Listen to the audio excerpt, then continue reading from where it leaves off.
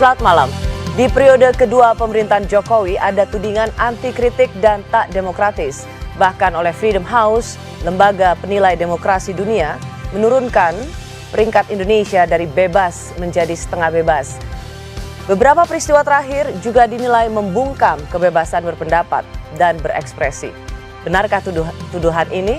Rosi pada episode malam ini, Jokowi dan masa depan demokrasi. Ya, kita ini pengen membangun sebuah demokrasi gotong royong.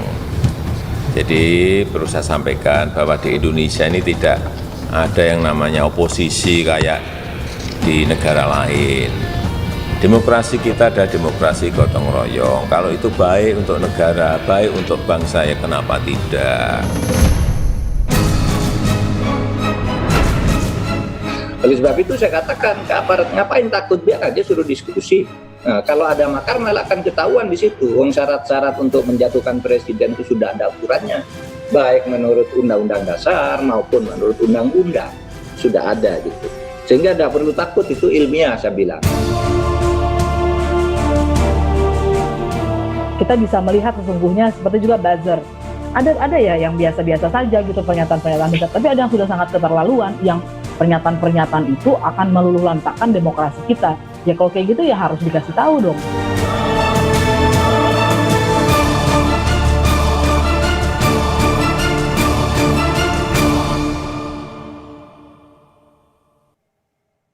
Jokowi dan masa depan demokrasi, itulah tema Rosi malam hari ini. Live streaming bagi Anda, bisa Anda ikuti di kompas.tv/live. 2 pekan terakhir muncul kembali tudingan pemerintahan Jokowi dinilai tidak demokratis, bermula dari perundungan dan dugaan teror kepada orang-orang yang terkait dengan diskusi ilmiah di UGM misalnya, dan terakhir diskusi tentang rasisme di Universitas Indonesia yang dinilai tak tepat sasaran dan tak berimbang. Tetapi di sisi lain disinyalir ada upaya untuk merongrong dan pemakzulan presiden. Seperti apa demokrasi yang sedang kita hadapi? Malam hari ini saya senang sekali karena saya mempertemukan 2 aktivis, sahabat yang sama-sama pernah melawan Orde Baru. 2 aktivis yang melawan otoritarianisme. Mereka berdua sama-sama tergabung dalam kelompok pro demokrasi, kelompok pemikir kritis yang terus-menerus menyuarakan pentingnya demokrasi Indonesia. Kini mereka sudah berada di 2 demografi politik yang berbeda. Di lingkaran kekuasaan, saya mengundang juru bicara Presiden Jokowi dan juga mantan aktivis ITB Fajrul Rahman. Selamat malam, Rosi. Biasanya ada penonton jadi harus tepuk tangan, gak apa-apa. Kali ini kita tepuk tangan sendiri. Assalamualaikum warahmatullahi wabarakatuh. Waalaikumsalam. Di luar pemerintahan, saya mengundang seseorang yang ikut menulis pledoi atau pembelaan terhadap banyak mahasiswa yang ditahan di era Soeharto. Dia adalah Rocky Gerung. Ya. Yes. Oke. Salah satunya adalah pledoi saya. Oh, wow. Saya memposting soal program acara ini, mempertemukan Rocky Gerung dan Fajrul Rahman. Banyak yang tidak kenal dengan Rocky Gerung dan bilang, ngapain undang Rocky Gerung, dia bukan aktivis. Malam hari ini kita dengar dari seorang tahanan politik mahasiswa ITB, Fajrul Rahman, ketika waktu itu zaman Presiden Soeharto, Mendagri masuk kampus, Anda ditahan, dan pledoi itu salah satu ditulis oleh Rocky Gerung. Rocky Gerung. Ini kejahatan membongkar rahasia negara. Saya harus bongkar lagi. Kalau dulu Anda ingat seorang Fajrul Rahman, capres independen, yang sebelah kiri saya Rocky adalah Gerung. ahli. Iya, yang mengendorse. Tapi itu tidak nilai yang mereka perjuangkan saya harap tetap sama meskipun mereka berada di kutub yang berbeda. Selamat malam, Bu Selamat Fajrul. malam, Rosi. Selamat malam. Fajrul Rahman. Salam sehat, salam demokrasi. Salam sehat, salam demokrasi, salam supremasi sipil. Ya. Itu kesimpulannya udah. Jadi nggak perlu ada ini ya. Tapi benarkah tudingan Rocky Gerung? Masa di pemerintahan era supremasi sipil, presidennya sipil, Anda sebut ini pemerintahan yang otoriter? Bukan, soal supremasi, civilian supremacy itu suka disalah tafsirkan. Bukan supremasi orang sipil, tapi supremasi dari civilian value. Jadi nilai sipilnya yang mesti supreme gitu, bukan orangnya tuh. Demikian juga kalau yang berkuasa, misalnya kalau yang jadi presiden misalnya Prabowo sebagai mantan militer, tetap dia mesti tunduk pada civilian values. Nilai-nilai Jadi nilainya kesipilan. bukan kesipilan manusia itu. Itu yang suka disalah kaprahkan oleh teman-temannya Fajrul di istana tuh. Bukan berarti pemimpin yang Bukan dia, sipil, ya. bukan berarti pemimpin yang sipil otomatis akan mendeliver atau mengantarkan nilai-nilai civil society. Bahkan sebaliknya tuh di dalam sejarah orang sipil justru melampaui kemampuan militer untuk menghalangi demokrasi. Di dalam sejarah pemburukan demokrasi, orang sipilnya yang jadi otoriter. Jadi bukan power soal pers. militer atau sipilnya, Ya, tapi itu. sistem yang anti demokrasinya. Itu yang membuat kami dengan Rocky sekarang begitu ya, saya dengan Rocky ini kan berjuang sejak 80-an. Dari kelompok apa itu, secara prinsip demokrasi, DNA kami sama. Yaitu memperjuangkan demokrasi sampai akhir hayat. Gitu kan Rocky ya? Ya, ini Meskipun Anda dalam istana. DNA-nya sama. Cuma ada perbedaan pada rincian-rincian, perbedaan pada nuansa-nuansa seperti itu. Tapi DNA-nya sama. Ini kalau main catur Demokrasi. pembukaan Sicilian. Nah, yang kedua yang kita harus kita jelasin juga ya. Sebentar. Kenapa Anda defensif? Padahal saya belum bilang bahwa pemerintahan Jokowi itu otoriter. Untuk menjelaskan saja kepada bahwa apa yang ditanyakan oleh Rocky, bahwa ada perbedaan, bahwa sistem anti demokrasi itu bisa menampung siapapun sebenarnya. Nah, inilah yang kita kerjakan selama tahun 80-an, lalu kemudian saya ditahan, beliau menjadi yang penulis Salah satu pledoinya. penulis pledoi. Saya dituntut cuma 1 tahun, gara-gara pledoi dia, saya 3 tahun. Dan dibuang ke Nusa Kambangan. Sebentar. Tuh.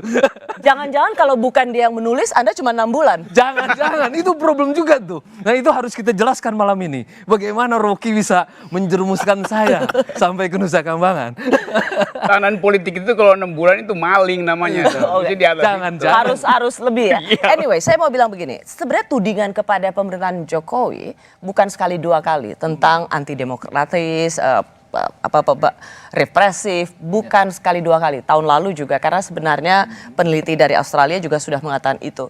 Buat Anda ini ada dasarnya atau memang hanya asal kritik? Asal kritik. Karena pemerintahan demokrasi yang kita bangun sejak tahun 98 setelah kami sama-sama juga meruntuhkan rezim otoriter Orde Baru. Jadi kalau kita mau malam ini bertanya, Rock, yang mana yang lebih buruk? Apakah pemerintahan anti demokrasi Soeharto atau sekarang ini? Rocky malam ini juga duduk ada di sini masih ketawa-ketawa dengan saya. Kalau dulu bicara seperti ini, kita bertiga sudah masuk Nusa Kambangan nih. Nggak ada harapan lagi sudah. Bung Rocky, benar nggak sih bahwa kan sering ada gurau bahwa new normal yes, new orde baru enggak. Dan new orde baru itu kemudian direferensikan kepada pemerintahan Jokowi saat ini. Apa Anda mengiyakan bahwa pemerintahan Jokowi ini seperti orde baru? Ya pastilah itu. Iya kan itu saya mau terangkan tuh. Saya terangkan itu. Kenapa? Karena Presiden Jokowi masih memerlukan Fajrul Rahman sebagai juru bicara tuh. Ya. Untuk membela demokrasi ala Jokowi itu. Kalau udah demokratis nggak perlu ada orang kayak Fajrul Rahman, cukup ngabalin aja mondar-mandir kan. Kan bukti bahwa ini tidak demokratis masih diperlukan orang yang pernah punya reputasi dalam demokrasi. Itu simpanan. Oke, itu masuk Psikologinya akal begitu. meskipun kalau si bos atau Pak Rahman Toleng bilang itu alasannya agak bengkok. Ya memang bengkok hari ini. Kalau alasannya lurus, saya mau katakan bahwa demokrasi itu tidak memerlukan influencer, tidak memerlukan buzzer gitu. Ya tapi membutuhkan juru bicara, buzzer yes. Juru kita akan bicaranya fungsinya membicarakan apa? itu Juru nanti. bicara fungsinya adalah membelah kesalahan pikiran demokrasi dari istana tuh. Rocky keliru. Kali ini Rocky gini, keliru. Kalau negeri ini demokratis, juru bicara yang membela demokrasi nggak diperlukan. Buktinya Fajrul Rahman tiap hari membela demokrasi. Padahal sebetulnya saya terangkan genealoginya ya. Tema ini apa judulnya tadi? Jokowi dan masa depan demokrasi. Jokowi dan masa depan demokrasi. Agak clear, maksudnya Jokowi dan masa suram demokrasi. Itu lebih tepat. Karena kita bahas kan. Saya nggak apa-apa dengan pendapat Anda mengatakan bahwa ada kecemasan terhadap masa depan demokrasi. Tapi kalau alasannya hanya penunjukan seorang Fajrul Rahman, Bukan, aktivis ITB yang ditahan Soeharto, Itu kata pengantar saya sebagai masuk ke bab ini, satunya. menurut saya itu agak bengkok. Oke. Saya Anda masuk harusnya ke bab bisa. 2 deh, sekarang gitu. Nanti. Oke, Apa yang lebih mendalam dan prinsip bahwa memang pemerintahan Jokowi ini mengalami kesuraman di Ya, saya secara terangin demokrasi. gimana suramnya ya. Ya. Oke, gimana Ro? Tadi berita di media massa yang viral, Said Didu dinyatakan sebagai tersangka untuk Luhut B. Panjaitan. Dalam 2 jam kemudian diralat oleh Mabes Polri. Tidak tersangka, belum tersangka karena masih dalam gelar perkara. Padahal suratnya adalah tersangka. Jadi ada faktor lain yang masuk sehingga uraian tentang tersangka tidak tersangka berubah-ubah. Satu, seminggu sebelumnya UI mengeluarkan semacam ancaman terhadap mereka yang bikin diskusi itu. Seminggu sebelumnya UGM begitu. Sekarang tunggu, saya terangkan dulu. Semua jadi salah Jokowi. Kita Bukan salah Jokowi. Tidak salah Jokowi. Yang salah adalah kemampuan kalian sebagai orang yang paham demokrasi untuk mengambil isu ini dan katakan bahwa rektor UGM bodoh. Tunggu, rektor UI juga kacau. Jadi kalian itu yang ada di dalam itu mestinya membuat rejim ini terbuka. Logika begitu keliru, Rok. Masa semua yang terjadi kesalahan di luar lalu dikaitkan langsung dengan Pak Jokowi misalnya begitu. Begini sajalah. Apakah kita sudah, kami ini betul-betul ya sejak 98 kan? Kita udah mati-matian nih, Rok. Kalau begitu salahnya era siapa kalau begitu? Yang salahnya presidennya. Tidak, Rocky. Apabila itu berurusan dengan yang namanya penegak hukum, biarkanlah diselesaikan oleh penegak hukum. Segala hal yang kurang, segala hal yang lebih dengan penegakan hukum itu ada bagian mereka. Kalau Rocky mengatakan presiden atau istana ikut campur lagi dengan itu, Rocky menyamakan seolah-olah sekarang ini sama dengan Orde Baru. Kita itu udah mati-matian, Rocky. Demokrasi konstitusional. Kita bertahan mati-matian, Rocky. Begini, kan demokrasi itu adalah regimentasi. Sekarang rejimnya itu beroperasi dari istana sampai ke kampus UGM, sampai ke kampus UI. Rocky, lebih parah mana daripada Soekarno? Apa yang paling penting di masa 98 yang kita hasilkan? Gak ada urusan dengan 98. Demokrasi konstitusional. Kita tetap yang namanya ada presidensial. Ya kan, Rocky ya? Dan itu terjadi apa yang menjadi kemudian masterpiece kita, presiden dipilih langsung.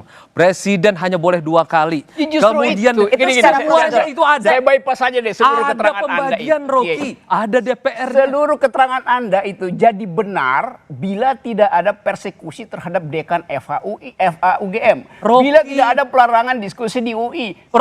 Jangan membuat kesimpulan untuk kegiatan. Itu bukan kesimpulan, itu faktanya. Betul, itu faktanya. Itu juru bicara tapi nggak tahu faktanya. Betul, Rocky. Bung Rocky, Faktanya Bung Fajrul, biar tapi satu-satu. Anda mengambil kesimpulan seolah-olah itu adalah tindakan dari istana. Memang itu keliru, didiamkan oleh istana dan tidak ada satu orang pun yang membela itu. Siapa yang salah? Presiden tidak boleh mencampuri urusan bukan soal urusan ini, soal demokrasi.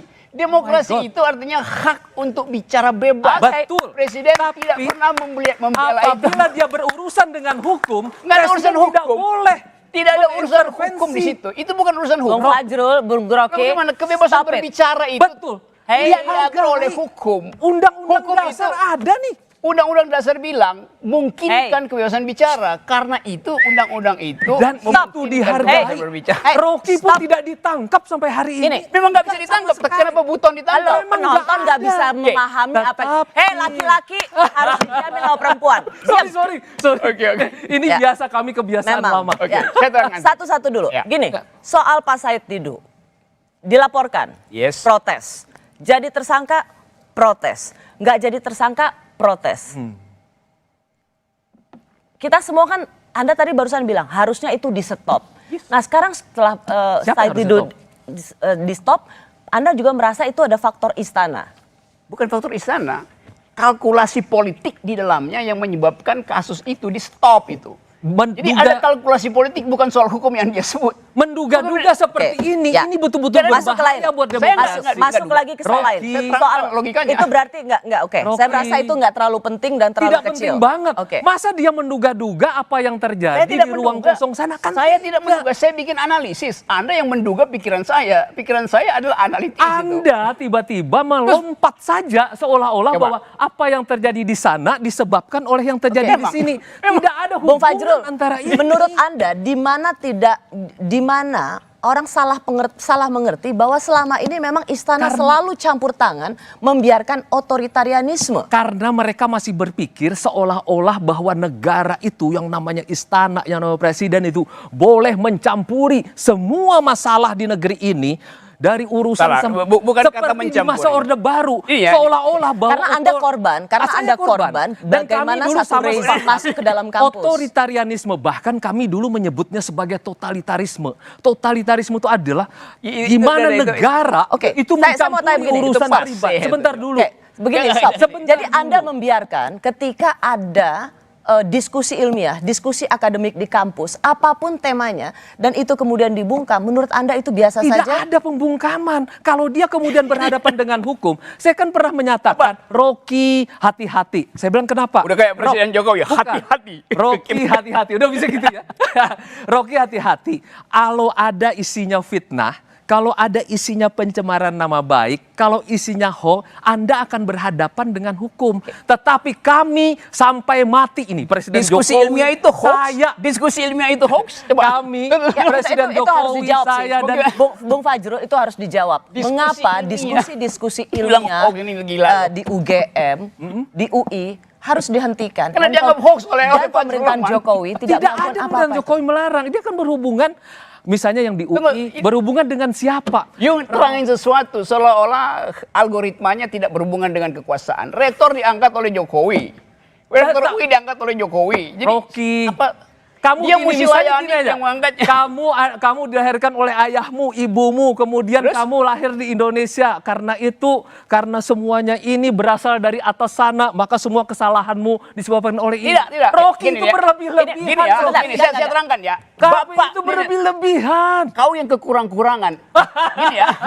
Bapak dan ibu saya tidak bisa diganti. Presiden itu bukan bapak, dia diganti setiap 5 tahun. Paham? Itu Exactly. yang kita kerjakan Ya, karena di masa itu. 9. Itulah Nah, kenapa makna yang bikin reformasi paralelisasi kita, Rocky. itu? Anda bayangkan Jokowi itu Rocky. bapak gue. Enggak Gila lu. ada yang menginginkan Anda menjadikan dia Nah, bapak. ini udah agak Dia lecek. hanya Guys, kepala negara. hey, para pria, Bahkan stop it. kepalanya nggak ada isinya. Kepala negara, Rocky. Saya yang mau gini aja. dipilih secara Saya mau demokratis. Mau gini. Bagaimana sebenarnya sikap Anda yang berada dalam lingkaran istana melihat Coba jawab. banyak diskusi-diskusi ilmiah itu dibatalkan? Tidak ada masalah sebenarnya Dengan pendekatan UGM. diskusi ilmiah. Tapi- Tapi kalau kemudian dia berhubungan misalnya tiba-tiba siapa yang tidak saya juga bertanya-tanya. Apa? Siapa yang kemudian yang mengancam dan sekarang kan sedang Enggak, dicari. sebenarnya oleh pada penegak dasarnya hukum. buat Nggak ada. Bung Rocky, Loh, stop. Bung- tidak ada hubungannya. Kan sekarang sedang dicari siapa yang mengancamnya. suratnya Ada siapa? yang mengatasnamakan tentu. Kalau Jadi kemudian sebenarnya terjadi saya mau tanya sikap Anda sih, karena kan menjadi aktivis itu tentang Betul, sikap. betul. Sikap Anda terhadap banyak diskusi ilmiah atau banyak orasi-orasi, saya diskusi-diskusi akan bilang nanti akademik pada itu dilarang. rektor, Menurut pada Anda rektor menyayangkan UGM, nggak yang di UGM?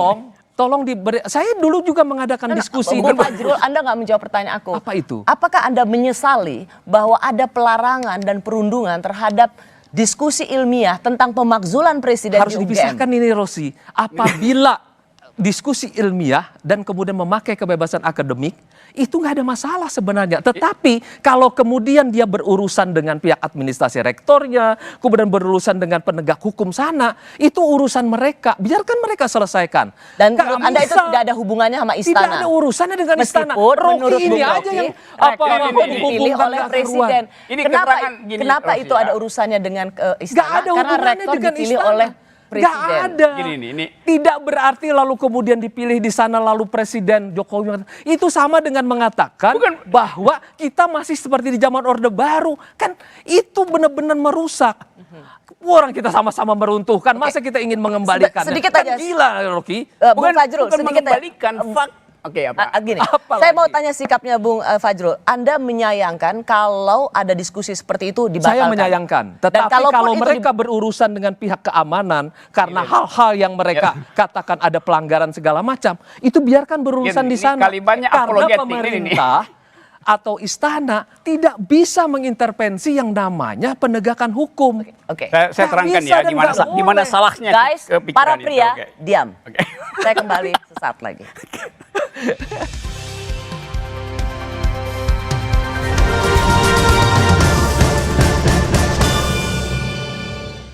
Badan kaku, pegal dan cepat lelah. Faktor utuh. Susu kalsium biasa nggak bisa ngalahin faktor U. Minum Entrasol dengan ekstrak zaitun dan profit formula bantu penuhi nutrisi harianmu. Entrasol. Wah, baru Fitbar Tiramisu dengan multigrain.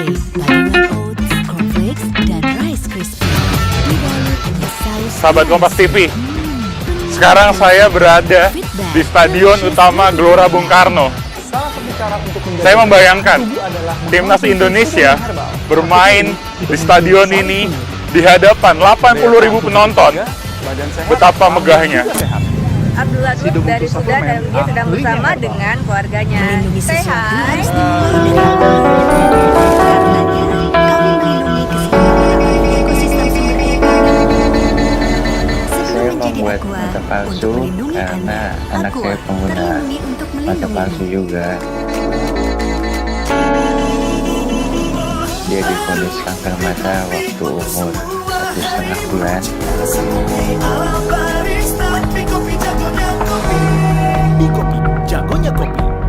Aktif di rumah aja, no worries. Rambut tetap hitam berkilau. Zinc Black Shine Lebih Sachet Rp500 dengan ekstrak urang-aring. Zinc PTO lawan tombe. Zinc Black Shine Lebih Sachet Rp500. Rambut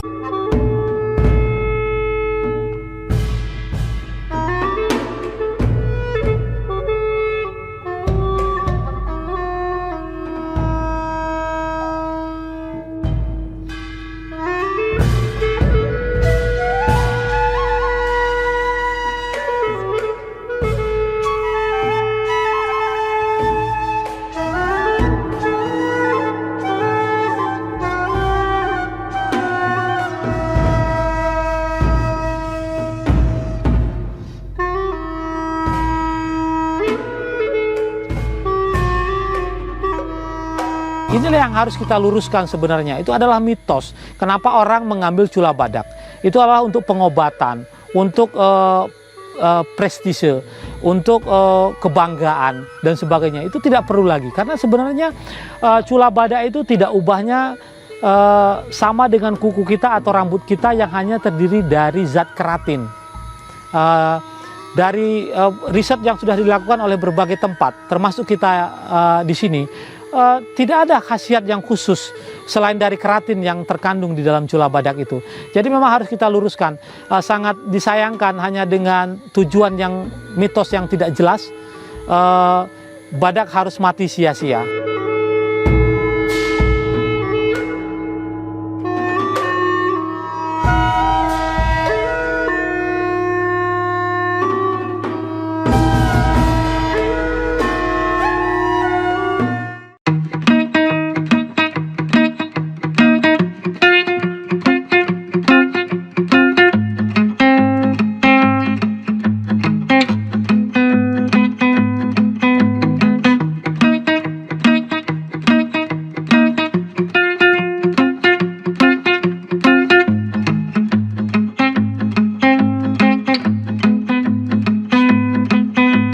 Akan digelar secara daring pada Jumat 29 Mei lalu. Penyelenggara dan pemateri disebut mendapat teror.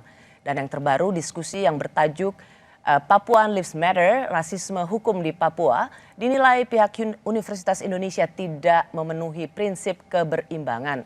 Padahal diskusi ini dibuat oleh BEM UI sendiri. Pihak Universitas Indonesia menilai bahwa narasumber yang didatangkan tidak kompatibel sehingga pelaksanaan diskusi pada 6 Juni lalu dikritik banyak pihak. Saya juga ingin mengundang para dosen yang mengajar di UI maupun di Universitas Gadjah Mada. Di Universitas Gadjah Mada ada Zainal Arifin Muhtar dan di UI ada Ade Armando. Selamat malam Bung Uceng, selamat malam Bung Ade Armando. Selamat malam, Saya mau ke Uceng dulu. Anda menyesalkan pembatalan diskusi yang sudah direncanakan. Apa ini cukup adil untuk mengatakan bahwa wajah demokrasi pemerintahan Jokowi itu suram? Iya, sebelum sampai ke kesimpulan itu benar atau tidak, analisisnya harus dilihat dulu. Yang pertama adalah ini kan diskusi biasa, ya, diskusi soal keilmuan dilakukan oleh anak mahasiswa yang sedang liburan, nggak tahu mau ngapain, lalu kemudian bikin diskusi, ngundang pembicara seorang profesor yang ngelotok betul keilmuannya soal itu. Nah, tiba-tiba ada yang kebakaran jenggot gitu, mau pakai jenggot atau enggak, tapi dia kebakaran gitu. Lalu kemudian menyerang semuanya di situ, bahkan kemudian melakukan ancaman pembunuhan, bla bla dan lain sebagainya. Poin saya yang pertama begini, Ini kan ini dilakukan di masa Pak Jokowi. Tentu saya sendiri mau mendengar sebenarnya himbauan Pak Jokowi gitu. Paling tidak ada bahasa yang clear, jelas bahwa kemudian yang beginian ini tidak boleh terulang. Ya. Oke. Saya dapat karena saya sudah baca dan saya banyak lihat jawaban Anda soal ini. Tapi pertanyaan saya yang paling penting apakah ini cukup adil atau cukup proporsional untuk mengatakan wajah demokrasi di pemerintahan Presiden Jokowi itu buram?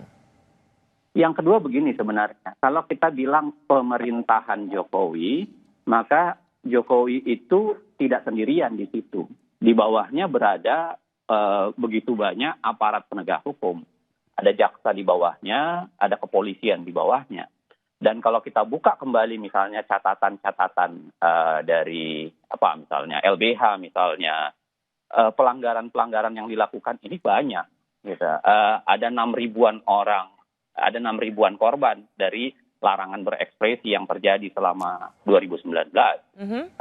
Ada yang meninggal, begitu banyak yang meninggal. 300-an itu adalah anak-anak dan lain-lain sebagainya.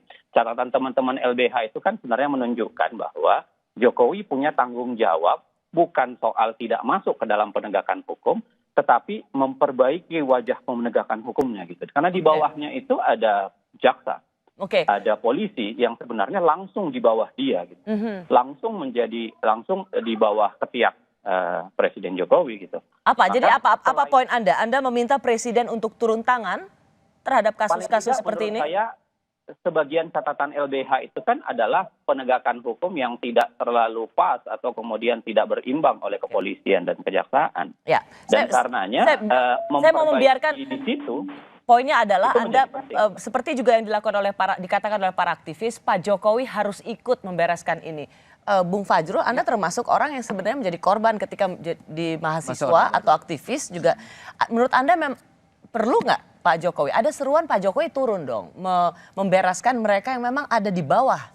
Apakah Presiden? logika hukum ini tidak terlalu melompat ya?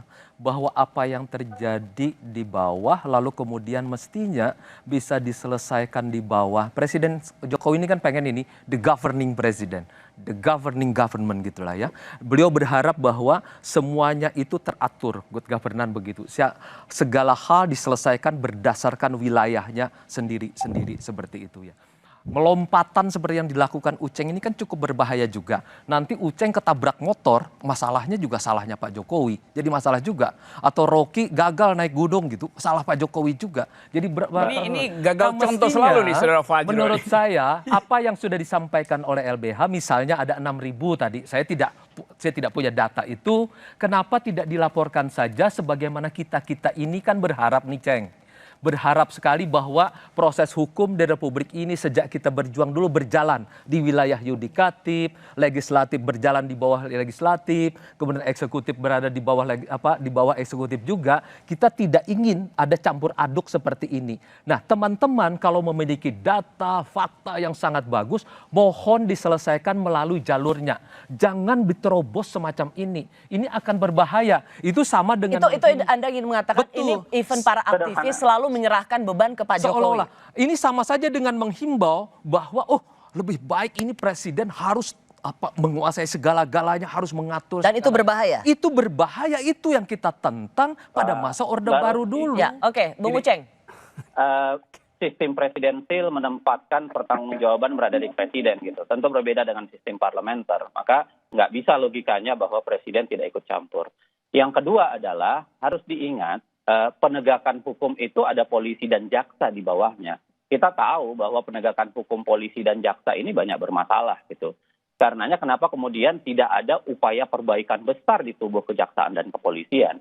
Yang ketiga, kalau Pak Jokowi selalu digembar-gemborkan, tidak mau campur tangan, ikut masuk dalam proses penegakan hukum, Bung Fajrul tentunya lupa ketika Pak Jokowi menyampaikan pidato bahkan mengatakan kepada jaksa dan polisi di daerah supaya tidak mudah mengkriminalkan proses kebijakan dan lain-lain sebagainya.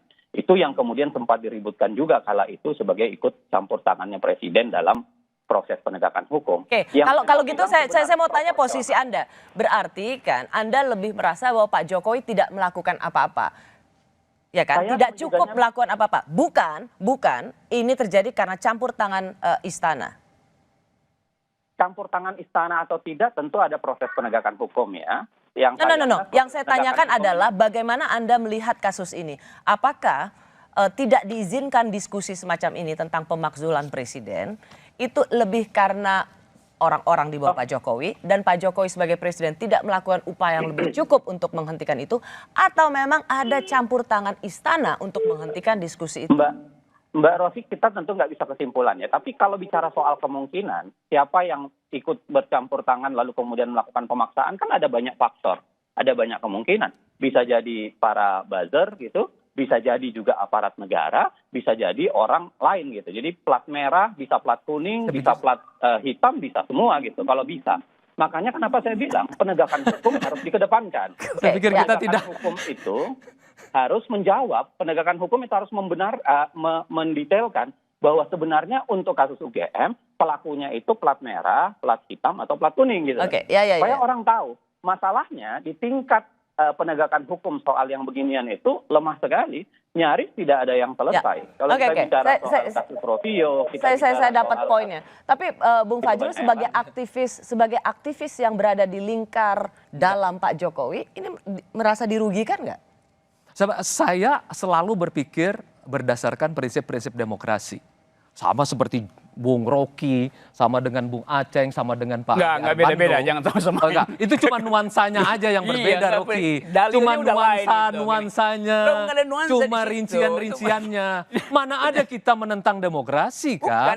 Cuma kan kita ini mencoba mengadministrasikan soal keadilannya ini seperti apa. Jangan lagi kita mencoba mengundang-undang yang semestinya yang sudah kita pisahkan menjadi masterpiece kita di masa 98 sehingga presiden itu menjadi seperti Soeharto itu. Jangan lagi, tidak boleh lagi terjadi. Lalu kenapa terjadi sekarang? Tidak boleh lagi. Kenapa terjadi sekarang itu? Karena itu kita. Kenapa terjadi tidak sekarang? terjadi. Itu kan karena Rocky menyimpul-nyimpulkan seolah-olah bahwa kalau terjadi sesuatu di sana, pasti ujungnya istana.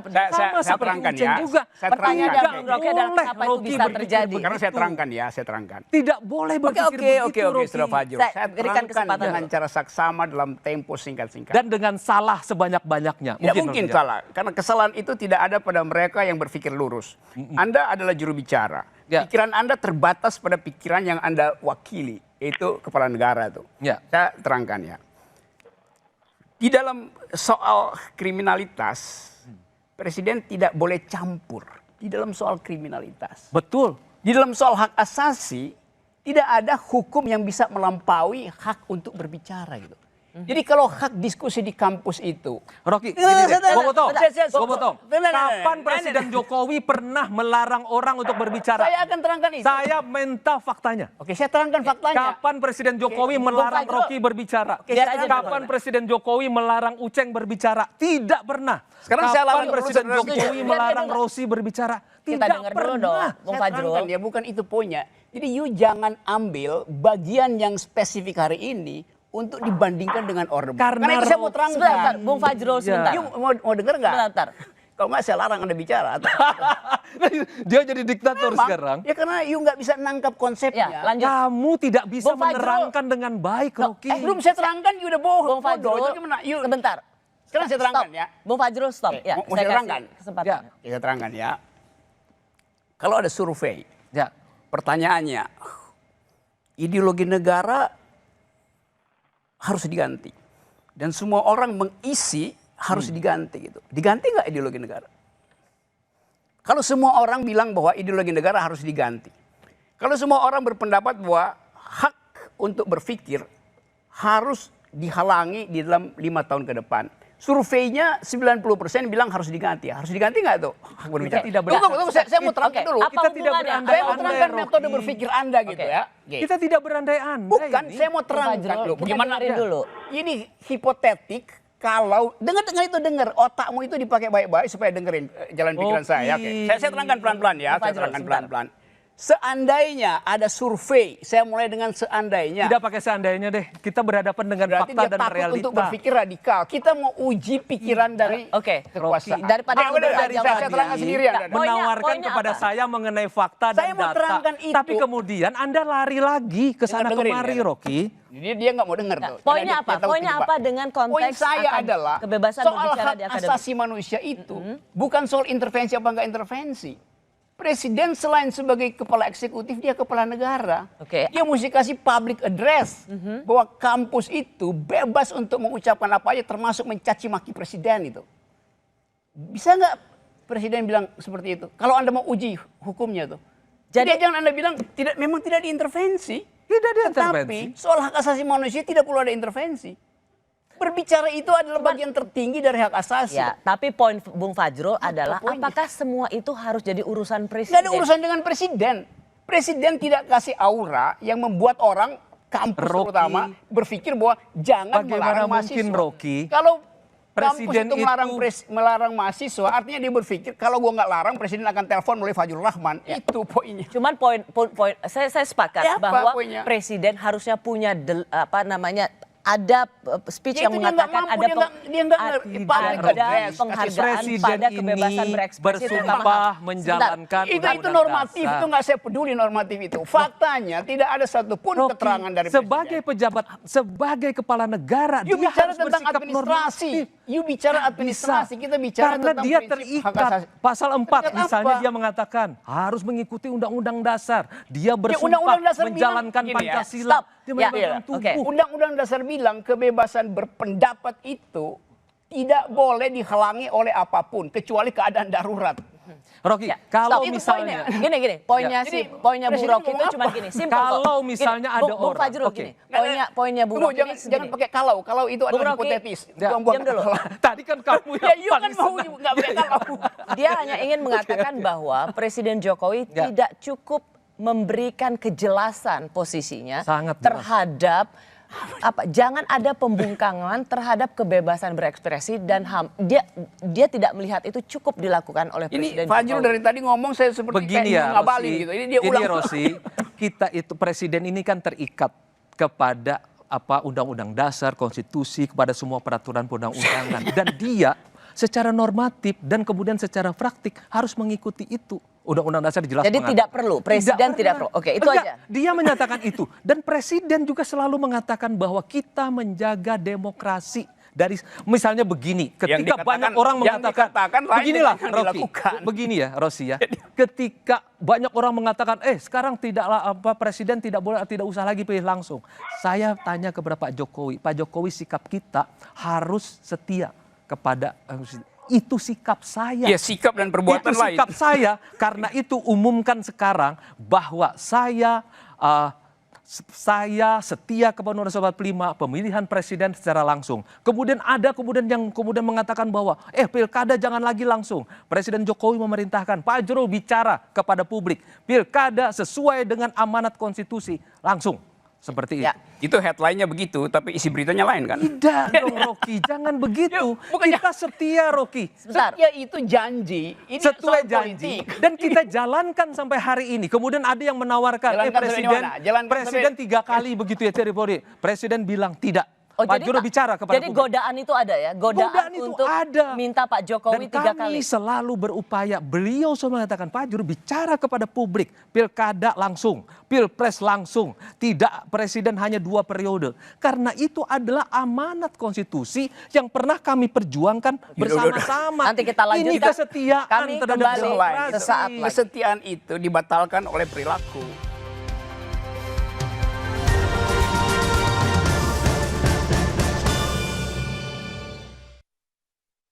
Saat tanah air digempur musuh tak kasat mata, ketika sebagian anak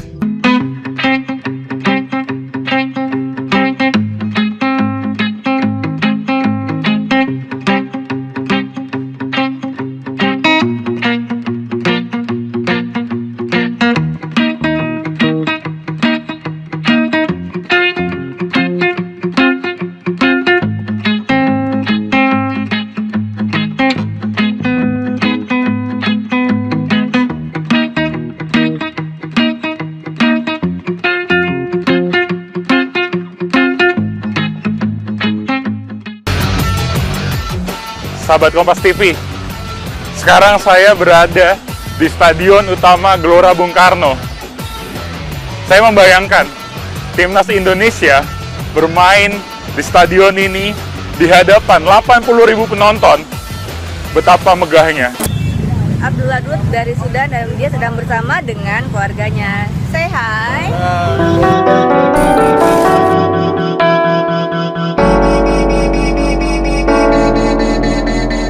Saya membuat mata palsu karena anak saya pengguna mata palsu juga. Dia divonis kanker mata waktu umur 1,5 bulan.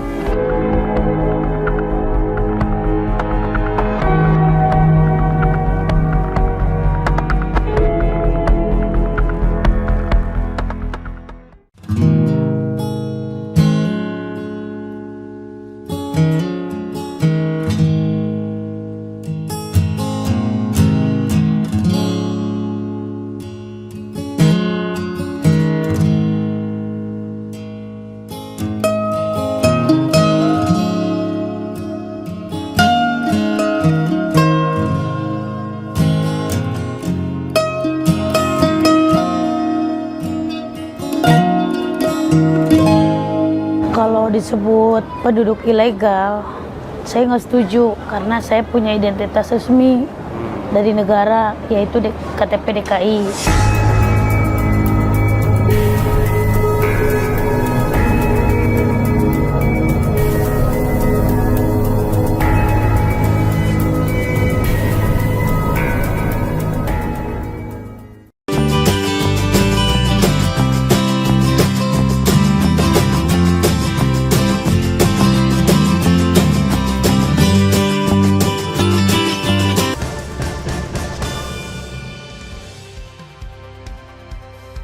Terima kasih Anda masih bersama Rosi di episode Jokowi dan Masa Depan Demokrasi.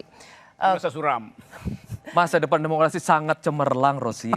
Ya. Karena kita setia kepada Undang-Undang 45 dan Pancasila.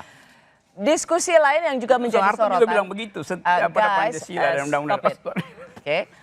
Diskusi yang juga jadi sorotan adalah di kampus kami, Universitas Indonesia, soal rasisme dan menyelaraskan apa yang terjadi di Amerika Serikat soal George Floyd, Black Lives Matter. Itu dibatalkan karena dianggap narasumber tidak kompatibel. Ada pengajar di UGM dengan diskusi yang dibatalkan, ada pengajar ilmu komunikasi Universitas UUI, Ade Armando. Apa sikap Anda terhadap pelarangan diskusi tentang rasisme di Universitas Indonesia? Saya nggak melihat ada pelarangan ya. Jadi dalam pandangan saya yang di UI itu jadi nggak relevan sebetulnya dalam percakapan kita hari ini karena tidak ada pelarangan. Kalau Anda baca, Ros, itu kan suratnya keluar dari Humas UI. Ya. Yang bilang itu tidak layak. Ya, tidak layak karena narasumbernya tidak kompatibel. Ya. Dan Rocky dengerin Rocky. Tidak layak. Sangat bisa dipahami karena yang muncul adalah Veronica Koman ya. Ya. Dan Veronica Koman itu adalah seorang buron di Indonesia dengan tuduhan yang sangat serius kan. Tuduhannya adalah bahwa dia itu menyebarkan hoax dan memobilisasi kemarahan masyarakat Papua ketika itu Agustus September yang menyebabkan sampai 33 orang tewas di sana, kerusuhan, pembakaran. Jadi enggak gini, Bung Ade, maksud saya tadi poin saya adalah Anda menyetujui pihak rektorat yang sangat tidak sepakat dengan diskusi itu, dengan narasumber itu yang dianggap tidak sejalan dengan apa yang menjadi semangat Universitas Indonesia. Enggak, begini, kalau percakapan tentang rasisme itu pasti dimungkinkan, pasti dibolehkan, dan nggak ada masalah. Kita juga punya kok pusat kajian Papua, ya. Tapi itu kan nggak muncul di sana. Yang muncul adalah Veronica, kemudian ada yang dua lagi sih bagus, ya. Ada lawyer HAM dari Papua dan ada aktivis yang pernah ditahan di Papua. Tapi ketua BEM-nya itu cuma jadi moderator ya, itu juga agak menyedihkan menurut saya. Ketua BEM itu kok cuma jadi moderator. Saya ingat semasa saya dulu jadi berat loh. Jadi senat gitu ya. Ya sebetulnya ketua BEM itu adalah orang yang berhadapan dengan presiden misalnya. Nah ini dia cuma jadi moderator dan percakapan jadinya sepenuhnya diisi oleh apa yang dianggap barangkali oleh pihak Humas UI itu sebagai orang-orang yang berada pada kubu yang sama. Apalagi ada Veronica Koman. Tapi yang paling parah itu Veronica Koman itu seperti, buat saya itu Veronica itu kan semacam Rizik Sihab ya.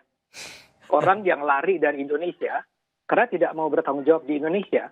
Jadi misalnya saja saya bayangkan, kalau suatu kali nanti di Masjid UI disiarkan langsung ada Rizik Sihab ngomong, boleh nggak rektor kemudian menyatakan kita menyesalkan? Nah, jadi intinya adalah UI itu nggak relevan karena berhenti di sana. Rektor UI sama sekali tidak interfere, tidak terjadi apa-apa sama ketua BEM. Dan ingat juga dulu Rossi ya, ketua BEM yang lama itu kan pernah, yang beberapa tahun yang lalu pernah kasih kartu merah buat Jokowi, soal Papua. Dan nggak ada terjadi apa-apa kok sama dia. Oke, jadi ada sepakat langkah yang dilakukan oleh pihak rektorat UI ya? Dan itu tidak Anda anggap sebagai mencampuri kebebasan akademik? Sama sekali tidak. Tidak ada indikasi sedikit pun bahwa di UI itu ada tekanan terhadap kebebasan berekspresi dari pimpinan. Yang terjadi, saya justru ingin mengatakan saya lebih parah kondisi saya.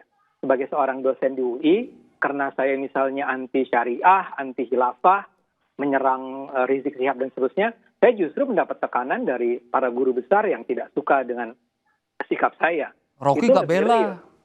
Itu nggak bela Ade.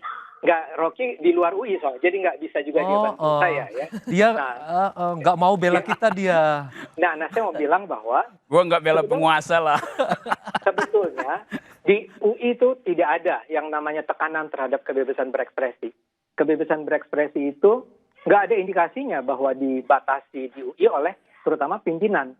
Nah, kalau ternyata rektor UI itu sebetulnya adalah orang yang ditelepon oleh Jokowi, artinya Jokowi menelpon rektor untuk tidak campur tangan dalam diskusi.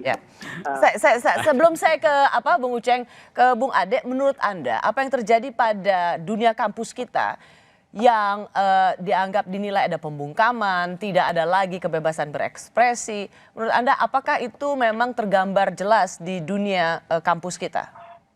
Ini yang saya pernah ngomong sama Bung Uceng ya. Sebetulnya paling bagus itu dilawan aja waktu itu. Tapi kan memang ya dilawan maksudnya apa? Dilawan waktu itu apa? Menurut saya harusnya dilakukan aja. Di UGM. Di UGM atau sekarang hari ini katanya juga ada di Unila kan tentang Papua dan seterusnya. Saya selalu mengingatkan udah lawan aja. Kok toh nggak jelas siapa yang mengancam itu? Iya.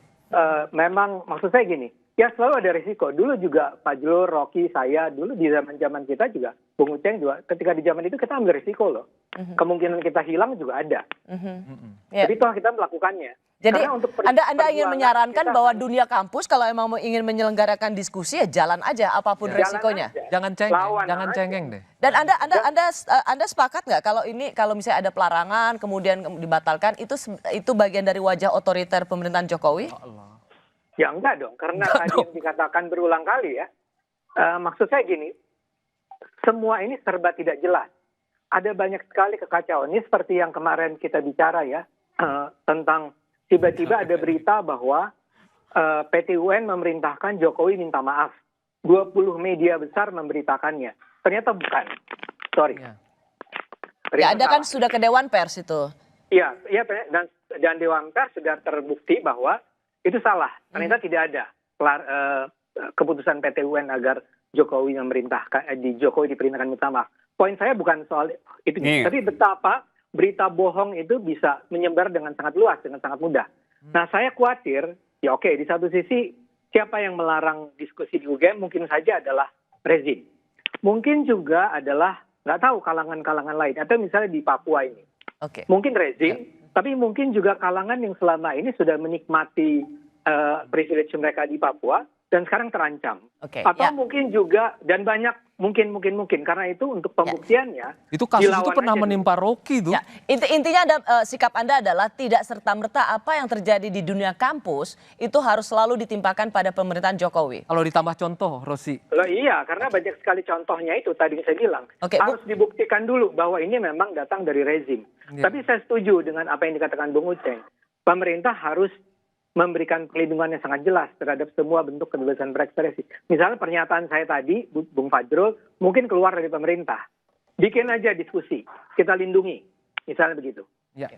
Ya, oke. Ditambah kalau boleh tambah contoh ya, itu kan kasus itu pernah menimpa Bung Rocky juga, yang kemudian menjadi satu seolah-olah seluruh Indonesia ini mengatakan ada satu orang yang kemudian yang akan aktivis lalu kemudian dia dipersekusi oleh rezim. Salah satunya kan yang terkena kan ini Bung Rocky ini. Saya juga itu saya coba saya. Itu yang kemudian itu menuduh kepada pemerintah. Ternyata kan yang terjadi sebaliknya. Ratna Ternyata itu kan hoax kan. Ya, yang kemudian disebarkan. Ini soal kebebasan itu udah selesai lah. Enggak, tapi ini bisa mirip. Iya. Jadi jangan sampai kita membuat kesimpulan-kesimpulan dari data-data yang sangat sumir, yang tidak jelas. Akibatnya karena kebencian kita terhadap sesuatu, lalu kita menjadi tidak adil. Saya akan kembali pada Anda berdua, tapi saya mau say goodbye dulu ke Bung Ade sama Bung Uceng. Bung Uceng, apa yang Anda perlukan dari seorang Presiden Jokowi tentang yang selama ini dirasakan oleh para aktivis, para pemberantasan korupsi maupun pro demokrasi? Apa yang sebenarnya masih Anda ingin dengar dari Presiden Jokowi? Iya, saya pikir satu sikap yang jelas ya, karena sebenarnya terhadap semua pelanggaran itu Jokowi sebenarnya bisa melakukan dua hal, bisa melakukan tindakan dan bisa melakukan sesuatu yang tidak membiarkan. Jadi bukan pembiaran. Jadi dia harus masuk sesuatu. Yang kedua, penegakan hak asasi manusia itu penuh tanggung jawab presiden. Ada pemenuhan di situ, dan tanggung jawab itu harusnya dinyatakan. Apalagi ada pelanggaran hak asasi. Saya tidak tahu apa yang terjadi di kasus UI ya, dengan segala keterbatasan pengetahuan saya. Tapi menurut saya salah satu tantangan besar terhadap kebebasan berekspresi, selain kita bicara soal rejim memang biasanya bermasalah, ada penegakan hukum yang tidak terlalu baik, tapi yang ketiga juga adalah akademisi itu sendiri, karena seringkali akademisi punya fantasinya yang berbeda-beda soal kebebasan akademik. Bahkan dalam kasus UGM misalnya ada akademisi yang memaki-maki diskusi itu dan menuduh makar hanya karena baca judul gitu, tidak baca tor, tidak baca isi dan lain-lain sebagainya. Nah, itu poin saya sebenarnya ini bisa clear, ini bisa selesai kalau potret penegakan hukumnya ada. Kenapa dalam kasus Ratna Sarumpait kemudian seakan-akan mudah untuk selesai? Karena penegakan hukumnya berjalan, efektif dan menyelesaikan. Pada saat yang lain ada banyak kasus-kasus yang ngambang. Misalnya kasus Rovio di Surabaya yang belum selesai sampai sekarang. Itu akan saya tanyakan pada Bung Rocky. Ya. Berapa kasus yang dicatatkan oleh teman-teman LBH dan saya sih menunggu apa yang akan dilakukan terhadap kasus pengancaman menggunakan nama kepolisian, menggunakan nama Muhammadiyah itu di Yogyakarta. Ya, terima kasih Bung Ade Armando, terima kasih Bung Uceng. Karena saya sependapat dengan Bung Uceng. Apa yang usaha ekstra yang dilakukan oleh Istana terhadap penangkapan para aktivis? Saya sependapat dengan Bung Uceng dalam soal bahwa misalnya tadi dari pihak penegak hukum di Yogyakarta mesti mengusut itu karena melibatkan nama-nama organisasi besar dan kemudian nama-nama lembaga yang sebenarnya bisa merugikan mereka. Jadi itu memang harus dibuka. Dan kepada pihak penyelenggara mahasiswa, menurut saya sih biasa aja kan judulnya. Kalau dia lanjutkan juga mestinya jangan cengeng, jalan aja. Jangan kemudian bergembar-gembor bahwa saya sedang diancam. Orang dulu kita tiap hari diancam juga kita tetap jalan kok. Nah kemudian yang kedua, Ceng, dalam kasus RS dulu itu yang melibatkan Rocky. Itu nggak usah lagi lah. Bukan, ini contoh yang bagus sekali. No. Karena Soal Pak Jokowi itu dipaksa. Pak Jokowi itu dipaksa. Itu soal hoax. Tiap hari supaya menyatakan bahwa ini ada aktivis yang diancam, digebukin segala macam. Saya termasuk ikut dalam rapat-rapat untuk ini siapa sebenarnya melakukannya ini kan ya. Karena semuanya kan dituduhkan kepada istana. Pak Jokowi mengatakan apa? Oke, baik. Ini kan kita jadi karena kasus Ratna Sarumpait kita berikan sekarang kesempatan kepada Presiden Jokowi sangat berhati-hati terhadap apa yang menjadi klaim aktivis. Betul, dan lalu kemudian kita serahkan kepada pihak penegak hukum sehingga pihak penegak hukum bisa memberitahu clear. Pak Jokowi itu orangnya kan. Pertanyaan terakhir adalah tadi dari Bung Uceng. Bagaimana soal penangkapan aktivis Ravio misalnya atau aktivis pro pemberantasan korupsi? Apa yang bisa dilakukan oleh Istana? kan sudah yang dilakukan kan waktu itu sudah pembebasan dan kemudian memerintahkan kepada Pak Mahfud MD untuk melacak itu lebih jauh apa sebenarnya yang terjadi. Dan akhirnya Pak Mahfud MD sebagai Menko Polhukam mengumumkan kepada publik bahwa terjadi ada beberapa masalah segala macam dan kemudian Rapio dibebaskan. Jadi memang ada tampaknya beberapa hal yang bisa menjelaskan itu secara teknis tentu adalah Pak Mahfud MD. Tapi kita bersyukur dan kemudian saudara Rapio sudah dibebaskan. Oke, baik. Kami kembali sesaat lagi.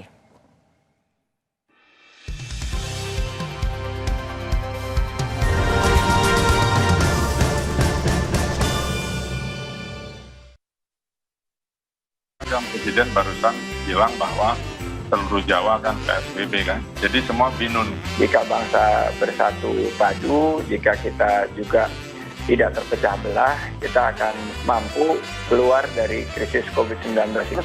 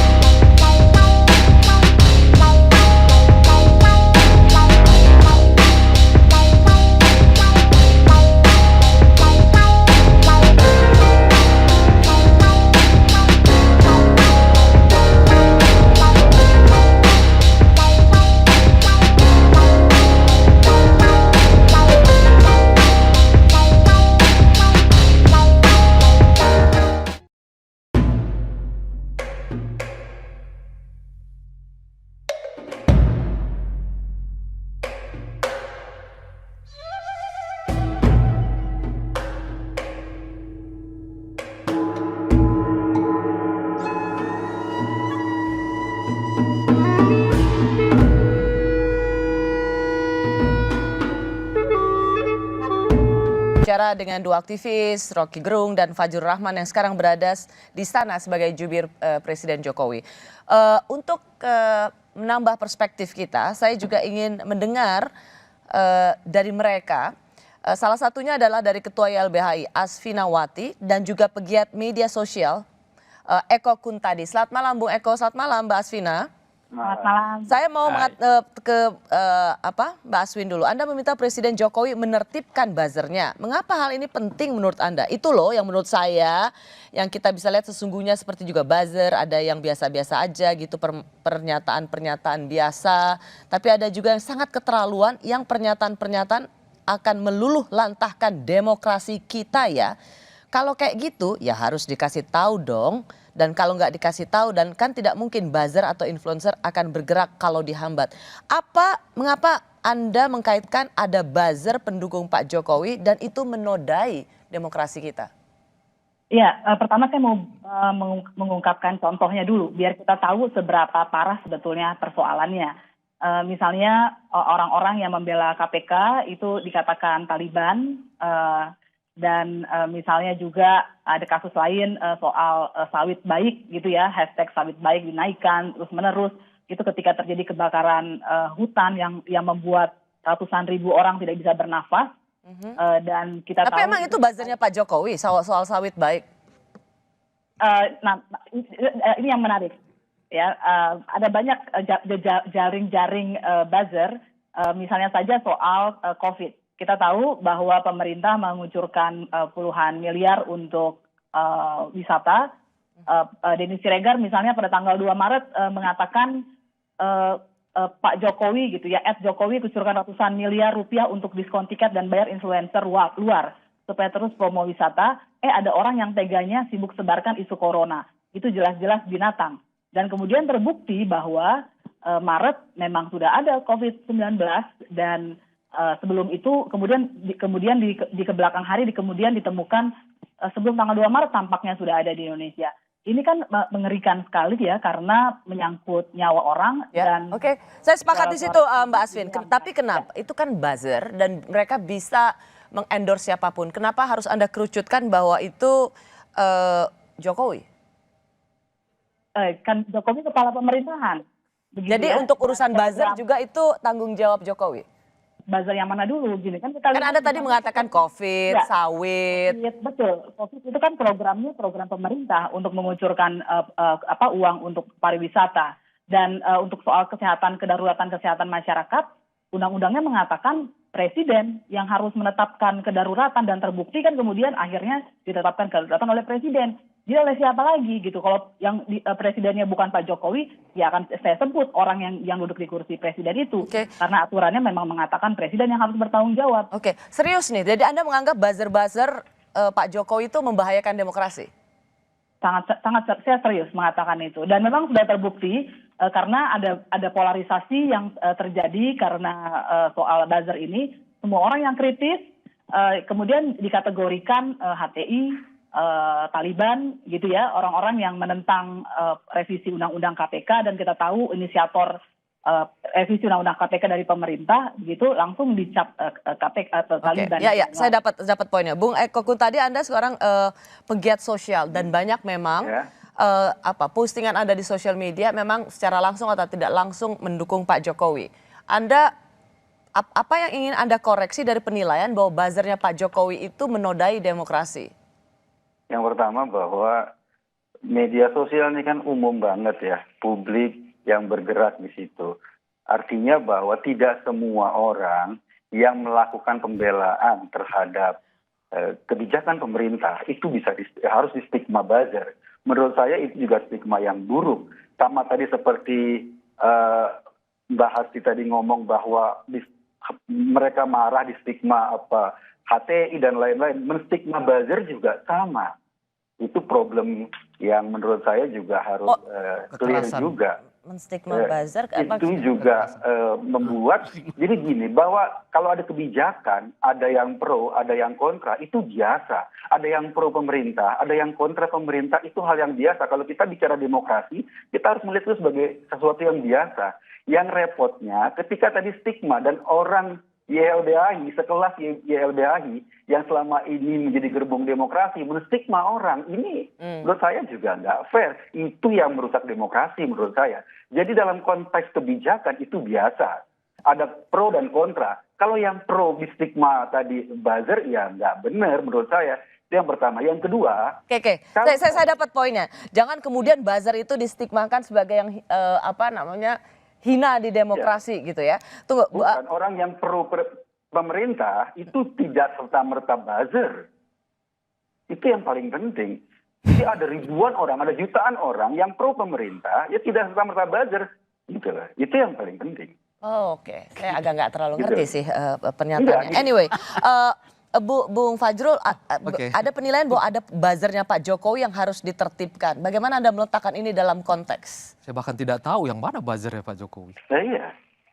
Semua itu kan media sosial. Saya misalnya tiap hari diberi analisis data oleh Dirjen Aptika gitu. Buzzernya Pak Jokowi itu disinyalir adalah pokoknya apapun yang dilakukan oleh pemerintahan Jokowi tadi bagus itu sekali berhasil. penjelasannya Bung Eko. Kalau ada orang mendukung kebijakan pemerintah, lalu kemudian apakah orang itu buzzer? Dia menulis kemudian di Twitter, di Instagram. Ya enggak dong, kok begitu semudah itu menuduhnya. Terus kemudian ada yang bersikap kritis, ya saya senang.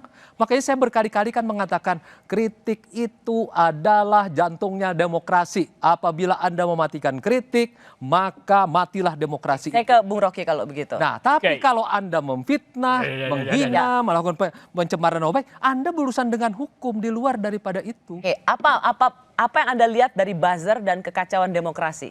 Dulu buzzer itu dibubarin sama kakak pembina tuh. Itu ada di mana-mana. Jadi memang ada buzzer itu kan udah dibubarin kan. Rocky juga tiap hari dulu di Twitter main buzzer. Oh iya, jelas itu saya kasih kritik ya. Oke. Dan nama saya jelas itu dan beri kritik. Tapi begini, saya terangkan dulu ya perlahan-lahan. Anda tidak bisa mendeteksi buzzer itu disuruh oleh presiden, disuruh oleh menteri. Tetapi fakta adanya buzzer menunjukkan ada yang piara tuh. Gitu. Nggak usah. Aku sesuai pikiran dengan Rocky, masa aku buzzernya Rocky kan enggak. Nggak ada urusan. Itu bagian belakangan itu. Dulu dimai dulu ada gampang. Ntar bisa ngoceh lagi. Saya terangin dulu ya. Fungsi pertama buzzer adalah mengulik-ngulik pribadi orang itu. Doxing. Yes. Jadi kalau Anda kasih kritik dan Anda punya problem privat, hati-hati itu, buzzernya akan bongkar itu. Sekarang bertanya kok dia tahu? Karena buzzer ini ada, ya mungkin ada buzzer yang mantan wartawan bodoh, kekurangan uang jadi buzzer itu. Ada mantan aktivis itu, mantan LSM sama jadi buzzer karena butuh uang itu. Ada buzzer yang dosennya ya standar-standar aja. Direkrut jadi buzzer. Jadi mereka punya pengetahuan tentang siapa si tokoh itu. Rentetannya ada tuh. Karena dia dulu wartawan. Karena dia dulu adalah LSM. Karena dulu dia adalah akademisi tuh. Jadi mereka punya data itu tuh. Kemudian bersembunyi di dalam akun-akun anonim. Anonim, oke. Nah, jadi menurut Anda apa yang membedakan Anda yang selalu mengkritik Pak Jokowi dan buzzer yang selama ini membela Pak Jokowi? Kan ada tuduhan juga seorang Bung Rocky yang mengatakan, Bung Rocky ini buzzernya AHY. Saya tidak berbuzzeria. Karena buzzer itu ada APBN-nya tuh. Enggak, oke, saya sebut APBN dalam pengertian influencernya kan dikeluarin uang buat APBN kan? Ya kemarin waktu pariwisata enggak. Saya membela. Tunggu karena itu tunggu dulu. Saya belum selesai nerangin apa yang namanya buzzer itu tuh. Kalau Anda bilang misalnya saya membela AHY, iya saya membela pikirannya tuh, karena dia bukan tokoh pada waktu itu. Saya dekat dengan SBY, ya saya diskusi. Saya waktu kampanye kemarin tuh dekat dengan Prabowo, ya karena saya menghajar istana tuh. Tapi saya dengan Prabowo berbeda motifnya. Saya ingin membatalkan kedunguan istana, Prabowo ingin mengambil kekuasaan di situ kan. Jadi nggak ada hubungannya sebetulnya tuh. Tapi yang lebih penting adalah ada uang mengalir apa tidak itu. Dan demi apa itu. Kalau saya disebut buzzer Prabowo, 12 jam setelah Prabowo jadi menteri, saya hajar di Twitter juga kan. Dan saya dipanggil Prabowo, diundang untuk diskusi, oke saya datangin. Jadi nggak ada urusan dengan Kantong. Kekuasaan dan kantong. Rocky ini menghina. Gitu loh saya terang itu. Jadi gini, maksudnya Bukan, Bung Rocky adalah Tapi ketika dia buzzer mengkritik itu tidak ada urusannya dengan isi kantong, tidak ada Iya, tapi urusannya dengan buzzer kekuasaan. istana itu pasti Itu ada. kan satu kategori yang tidak bisa dipakai untuk semuanya. Dia menghina kecerdasan publik. Apabila misalnya saya juga misalnya mendukung Rocky yang mengatakan misalnya kami pernah bersama-sama kan mendukung capres independen. Ya, terus buzzer Gagal. apa di situ? Terus kemudian pilkada independen kami berhasil. Kami saling mendukung. Kalau kemudian Rocky sekarang mengatakan bahwa demokrasi harus dijalankan di Indonesia. Saya jalankan. Nggak ada masalah. Saya dalam nggak titik bayar Anda buat jadi presiden independen. Anda tidak bayar saya tuh. Tapi buzzer itu ada anggarannya tuh. Kita Artinya tidak Bung bisa Fajrul, menduga-duga, Rocky. artinya Bung Fajrul, kalau Bung Fajrul mendukung Rocky, Anda bukan buzzer. Kalau begitu Anda laporkan Rocky. Laporan ke siapa? Anda laporkan saja Mau apabila dilaporkan ke itu, misalnya apabila itu ternyata merusak demokrasi, apabila itu ternyata menghina Anda, apabila itu memfitnah Anda. Oke, sekarang saya tanya. Majukan Oke, saja. sekarang saya tanya. Merusak demokrasi tidak buzzer ini? Coba jawab, ya apa enggak? Tunggu, ya apa enggak? Bentar, Rocky. Tunggu, ya apa tidak?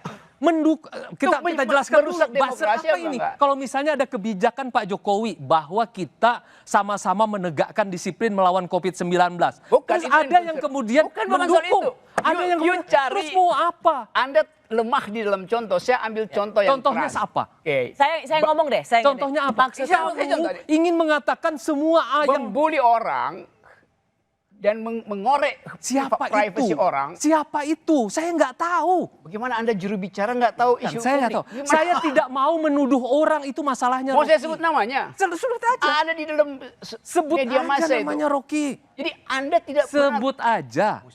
Saya menyebut pada Anda yang juru bicara yang tahu Tidak, tentang isu Rocky. publik. Anda baca Quran enggak? Enggak, saya enggak. tidak. Saya tidak akan berbicara Anyway, tanpa gini ya. fakta, Gini. tanpa Faktanya ada di data, koran. kemudian dengan tuduhan itu yang merusak demokrasi, Rocky. Buset tadi. Gini, maksudnya saudara Fajrul ini. Gini, maksudnya Bung Rocky itu adalah kalaupun Anda mendukung Rocky Anda nggak atau mau jawab kan? itu bukan buzzer karena Anda melakukan itu pada ada kesamaan nilai, tapi Iya. ada orang-orang yang memang dibayar. Yang orang-orang itu kita kan tidak tahu karena kita benar Bukan, nggak dia saya tanya. dibayar tidak. Oke, you tidak tahu. Yang saya tanya, dia dibayar itu merusak demokrasi apa tidak? Kalau berandai-andai kita tidak bisa, Rocky. Anda takut menjawab? Anda aja yang menyebut. Saya Siapa? nggak menyebut. Anda nanti akan masuk. Misalnya Anda laporkan Saya saja. cuma tanya, kalau buzzernya itu Kita ada tidak anggarannya. berandai-andai karena apa yang disampaikan Ospina itu tidak berandai-andai. Emang nggak Dia mungkin berandai-andai? menyebut. Nah kalau kayak begitu kumpulkan nama-nama itu lalu kemudian kalau mereka betul-betul melakukan kan ada jelas secara Kalau gitu hukum. pertanyaan saya, ini memfitnah nih. Itu soal hukum. Pertanyaan saya dalam prinsip demokrasi, buzzer itu bagus apa tidak? Itu dia nggak mau jawab. Rocky, Tunggu, you jawab. orang yang terlibat di dalam media sosial itu bebas. Ini Bukan ini soal media pasar sosial, bebas kok. buzzer yang dibayar. Ini pasar bebas. Saya, kalau misalnya Anda bisa membuktikan, kalau misalnya Alvina bisa membuktikan bahwa ada orang yang dibayar untuk menghina orang, memfitnah orang, kemudian mencemarkan nama baik orang, laporkan, biarkan pengadilan yang bertindak. Karena itu Biarkan karena hukum itu yang merusak bertindak. demokrasi. Itu merusak Oke, demokrasi. itu Kalau sebenarnya dia yang merusak sudah jawab. demokrasi, Anda bilang pada presiden, tertibkan buzzer-buzzer istana. Tidak ada. Rocky, Jadi nggak ada buzzer istana? dari tadi Anda Ada selalu nggak buzzer melompat. istana? Semua kamu ini mirip dengan, saya nggak tahu, saya jadi ragu-ragu. Apa? Dengan orang yang selalu menyalahkan ke Pak Jokowi menyalahkan. Padahal urutannya ini belum lengkap, logikanya Tidak ada belum sama lengkap. sekali buzzer istana.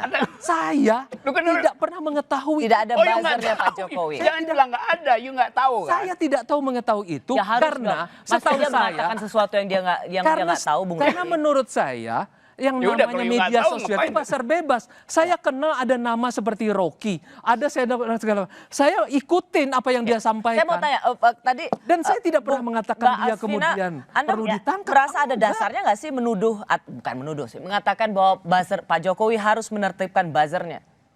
Ya, pertama kan begini, ada banyak kebijakan-kebijakan yang disupport oleh akun-akun tertentu, begitu ya. Dan kemudian akun itu digaungkan oleh akun bot juga. Jadi kita jangan pura-pura bodoh bahwa semua Ada yang akun memang itu bodoh. bahwa akun itu adalah manusia semua. Tapi itu bukannya vice versa bagi mereka yang juga anti, Yang anti Ya, vice versa. Yang anti Pak Jokowi Jokowi juga melakukan melakukan hal itu yang sama. mungkin Tapi kan kemudian perbedaannya adalah kalau ini disokong oleh pemerintah, itu Anda mengacaukan tidak demokrasi. adil. Demokrasi harusnya Seolah-olah kalau adalah melawan orang- pemerintah boleh menjadi itu, lalu kemudian itu Karena menjadi pemerintah lebih adalah bodoh orang yang lagi. kita berikan mandat untuk mengatur negara, itu persoalannya. Itu menjadi Dan lebih Mas bodoh Eko- lagi cara berpikir Mas begitu. Eko tadi kemudian melakukan jumping logical fallacy. Saya tidak pernah menuduh Mas Eko atau siapapun menjadi buzzer. Saya cuma bilang secara umum ada buzzer-buzzer yang keterlaluan, dan ini bukan kata saya. Ini kata banyak orang, kata hasil Jangan analisis pakai kata banyak orang. Kita berbicara di depan publik dan ini bisa menjadi konsumsi publik. Pernyataan seperti itu membuat publik Orang ini menjadi adalah suara itu pernyataan masyarakat. bodoh dan sangat Orang-orang yang bodoh. orang-orang yang sedang menjadi korban, ada orang-orang yang privasinya dibongkar, cuma saya tidak mungkin mengatakan karena itu rahasia klien dengan korbannya. Mbak Asvina, ini dulu, Bung Eko Kun, tadi Anda pernah disokong nggak oleh Pak Jokowi atau orang-orang sekitar Pak Jokowi untuk terus mendukung program-program atau memberangus mereka yang berbeda pendapat dengan istana? Enggak, saya pernah sering bahkan mengkritik beberapa kebijakan pemerintah yang menurut saya enggak sesuai dengan logika Eko saya. saja pernah mengkritik saya kok. Ya kok ya? Iya, saya kritik Pak Fajrul dengan keras karena saya anggap beberapa komentarnya, caranya sebagai juru bicara waktu awal-awal belum pas, saya kritik dengan keras. Kalau sekarang Yang sudah pertama. setuju ya? Yang kedua, saya bingung nih sama LBHI. Kemarin ketika Pak Jokowi, bukan Pak Jokowi, pemerintah membatasi internet di Papua karena ada kerusuhan di Papua, ya LBHI menggugat pemerintah. Itu kasusnya kerusuhan loh. Sekarang kondisinya lagi ngobrol biasa-biasa saja di media, katakanlah di media sosial, nggak ada kerusuhan, tapi Anda menuding orang yang membela kebijakan pemerintah sebagai buzzer. Logikanya nggak jelas. Kerusuhan. Berarti Mas Eko tidak menerima putusan PT UN ya? Itu Iya, pengadilan saya sudah mengatakan perbuatan Saya setuju kalau Anda mengatakan bahwa itu bukan kata semua orang itu bisa mengekspresikan. Itu urusan Anda sendiri. Seperti kata Saya setuju. Ketika semua orang bisa Anda bela, kita negara hukum. Itu persis. Saya setuju. Ketika Anda semua orang Anda Gini. Bung Eko sama Bung Asvina, ini maksudnya Bung Eko, teman-teman aktivis LSM ini jangan double standard. Ketika mengatakan soal Papua, Anda menggugat pemerintah. Ini kita lagi bicara seperti ini, tapi Anda minta pemerintah memberangus. Kan sama aja. Ada yang ditangkap bahwa selama ini teman-teman aktivis LSM yang penting berseberangan dengan pemerintah dan yang kemudian anti pemerintah itu yang dianggap lebih pro demokrasi. Double standard. Karena menurut saya, Tunggu, saya itu ke Mbak Asvina. Di media sosial. Bung Eko, bukan Anda yang saya tanya. Halo, bukan Anda yang saya tanya. Justru saya ingin menanyakan, ada anggapan bahwa jadi sekarang teman-teman LSM ini double standard.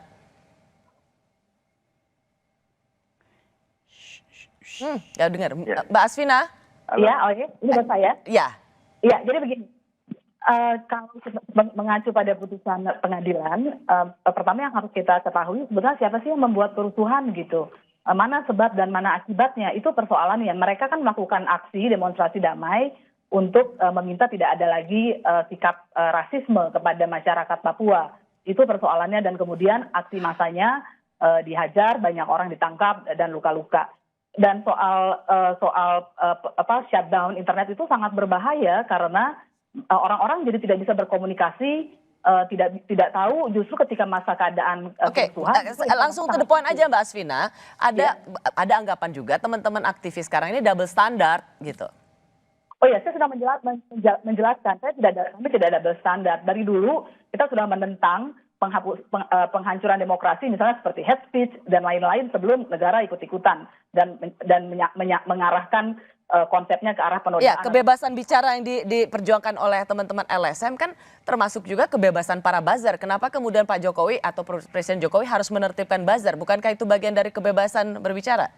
Kalau kita lihat kata buzzernya adalah orang yang mendapat pesanan. Jadi bukan pikiran dia sendiri, dia berbicara ketika ada bayaran. Itu persis seperti iklan, begitu ya. Dan kalau kebebasan setiap orang, kalau ada influencer dia mau membela mati-matian gitu ya, karena itu fans, dia jadi fans, ya silakan saja. Yang sedang kita bicarakan adalah buzzer, dan saya tidak pernah mengatakan si ini si itu menjadi buzzer. Justru orang-orang itu yang mungkin merasa tiba-tiba tersinggung melakukan balasan-balasan gitu. Saya nggak pernah menyebutkan nama sama sekali. Ya, Bung Rocky, buat Anda tetap merasa bahwa buzzer itu berbahaya buat demokrasi? bukan sekedar berbahaya aja, itu kalau berbahaya masih bisa ditangani gitu, tapi dipelihara itu soalnya kan. Karena dipelihara maka dia jadi arogan itu. Buzzer kalau ada otak ya bagus banget kan. Kalau buzzer yang nggak ada otak itu, nggak ada otak dan lapar terus untuk menghajar pribadi orang, itu kan masalahnya kan. Wih, kalau Fajrul segala macam geng itu mau debat itu dia nggak bakal jadi buzzer. Justru karena kepalanya kosong maka dia terima aja apa yang di-brief oleh pemberi uang itu kan. Lalu dibongkar dan kita nggak tahu kita mau macam. Saya udah nggak punya Twitter sih. Twitter saya juga dirampok sama buzzer nih. Buat Anda bukan soal kebebasan bicaranya, tetapi soal didukung dan dipelihara oleh kekuasaan. Pikiran itu disebut pikiran kalau dia dihadapkan dengan pikiran lain. Ini dia nggak mau berhadapan. Dia bongkar pribadi orang, bohong semua isinya. Dan kita nggak tahu kita mau hadapi dengan cara apa itu. Wong dia anonim. Kalau mau debat beginian. Tapi kan kita nggak bisa minta orang dungu itu untuk ikut dalam pembicaraan semacam ini kan. Ya. Kan itu. Jadi buzzer itu adalah kedunguan yang dipelihara oleh istana. Karena istana diemin. Sekali lagi Rocky, saya membantah tidak pernah begitu terjadi. Kemudian saya mau bantu juga ya. Apa yang mau dibantah? Tadi saya ingin membantah sih ini. Asvina. Tidak benar pemerintah yang menjalankan praktik politik rasisme. Karena kan kejadian itu kan dari Surabaya itu tidak pernah. Itu bukan kebijakan politik dari pemerintah. Jangan dengan suka menuduh. Anda ini kan senang banget ini membuat kesimpulan yang melompat. Kalau sudah begini ini pasti negara. Pelakunya sudah ditangkap. Orang-orangnya sudah ditangkap. Bukan sama sekali. Bahkan presiden mengatakan orang kita diperintahkan secara konstitusional kok bahwa negeri ini adalah negeri semua orang. Padahal Bang Fajrul tanpa suku, agama, ras. Anda keliru. Dan Anda berbahaya kalau menyampaikan bahwa politik pemerintah rasisme. Anda salah. Padahal dan Anda bisa menjadi buzzer. Apakah Anda bersalah karena Anda ditangkap dan ditahan oleh rezim Orde Baru? Saya bertanya kepada Bang Fajrul. Saya bukan rasisme Anda kan? bersalah nggak kalau pengadilan karena itu, karena pada waktu itu memang rezimnya kan anti demokrasi. Berarti Anda mengatakan otoriter. bahwa tidak ada kesalahan penegakan hukum pada masa ini? Kenapa? Berarti Anda mau mengatakan pada masa sekarang ini tidak ada kesalahan penegakan hukum sama sekali. Sehingga semua orang yang ditangkap, ditahan, dipenjara pasti bersalah. Begitu kan maksudnya? Lihat aja apa yang terjadi di pengadilan. Dan banyak sekali kasus salah tangkap dan sudah dibebaskan. Anda aja ya, Anda bisa bicara bebas nih. Rocky bicara bebas, saya melayani Anda. Anda jangan berharap gini, dulu saya potong orang-orang dari dulu bentar Orde ya, Baru. Saudara Fajrul Mau ya. melayani Kita akan Anda, lanjutkan mau melayani Rocky. Gini. Jangan harap. Baru bicara saja sudah hilang. Berapa banyak teman kita yang hilang? Gini, saya ya. dibuang sampai Nusa Kambangan. Tapi kan ya, kita dulu bersama nggak bisa apologetik dengan Rocky. Nggak, tetap membela prinsip-prinsip demokrasi. Itu yang membuat kita bergerak di masa Orde Baru. Dan itu yang membuat kita satu hati sekarang terus menegakkan demokrasi. Anda, Rocky, saya, Uceng, segala macam. Semua orang. Oke, Bung Rocky. Saya mau ngucapin terima kasih buat Mbak Asvina sama Bung Eko tadi. Karena kita tadi menambah perspektif soal buzzer. Apakah itu menodai atau merusak demokrasi. Terima kasih Bung Eko, Mbak Asvina. Kami kembali sesaat lagi.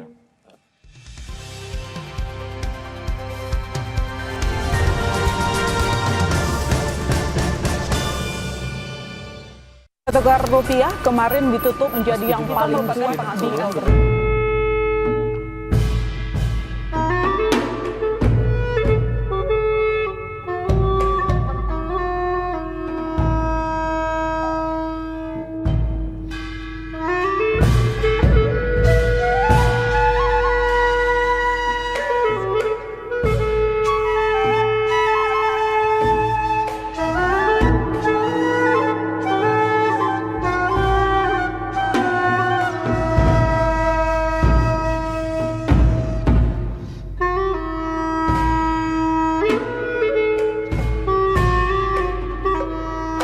Inilah yang harus kita luruskan sebenarnya. Itu adalah mitos. Kenapa orang mengambil cula badak? Itu adalah untuk pengobatan, untuk prestise, untuk kebanggaan dan sebagainya. Itu tidak perlu lagi. Karena sebenarnya cula badak itu tidak ubahnya sama dengan kuku kita atau rambut kita yang hanya terdiri dari zat keratin. Dari riset yang sudah dilakukan oleh berbagai tempat, termasuk kita di sini, tidak ada khasiat yang khusus selain dari keratin yang terkandung di dalam cula badak itu. Jadi memang harus kita luruskan, sangat disayangkan hanya dengan tujuan yang mitos yang tidak jelas, badak harus mati sia-sia.